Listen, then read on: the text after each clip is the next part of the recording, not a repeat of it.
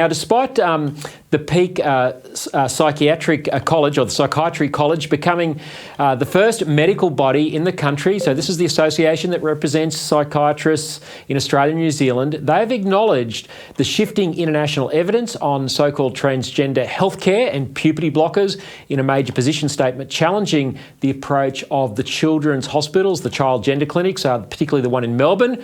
But they've doubled down on this, and a brave parliamentarian in Victoria, Liberal Bev McArthur, called this out in the Parliament. Take a listen. Thank you, Mr President.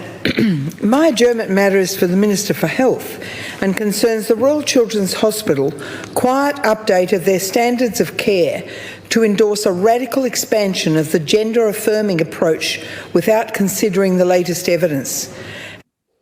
Now, that says it all, doesn't it? Without considering the latest evidence. That pretty much sums up this whole so-called trans debate. It absolutely does. And, you know, how any politician or health practitioner in this country can deny what has been happening overseas is absolutely beyond me. It proves that this is an ideological agenda and that they don't have the best interests of these people at heart, because all of the evidence, once the investigations have been done, such as the Cass report and other scientific academic studies, it shows that puberty blockers and these affirmation pathways do not resolve the issues that these gender-confused young people have. And not only does it not resolve the issues, but it causes irreversible harm.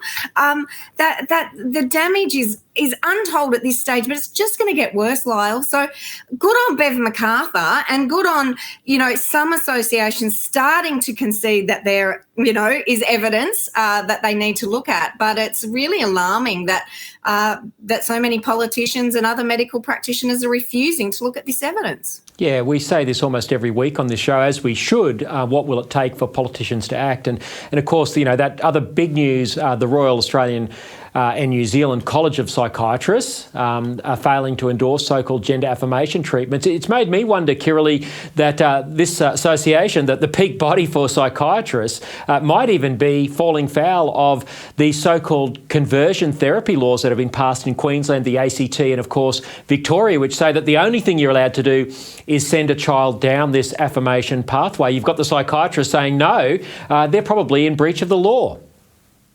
Yeah, well, in some circumstances, they absolutely would be. But this is what it's going to take. We need these experts to stand up to protect. You know, they take an oath to do no harm. They need to protect these children and young adults who are being subject to this ideological agenda that is causing them great and significant harm. It's really important that these debates are made far more public. There needs to be an inquiry, parliamentary inquiry of some level into these practices, because the evidence is there. It is all clear. It's on the table, and now it's decision time. Are they going to continue to harm children, or are they going to do the right thing and revisit these guidelines?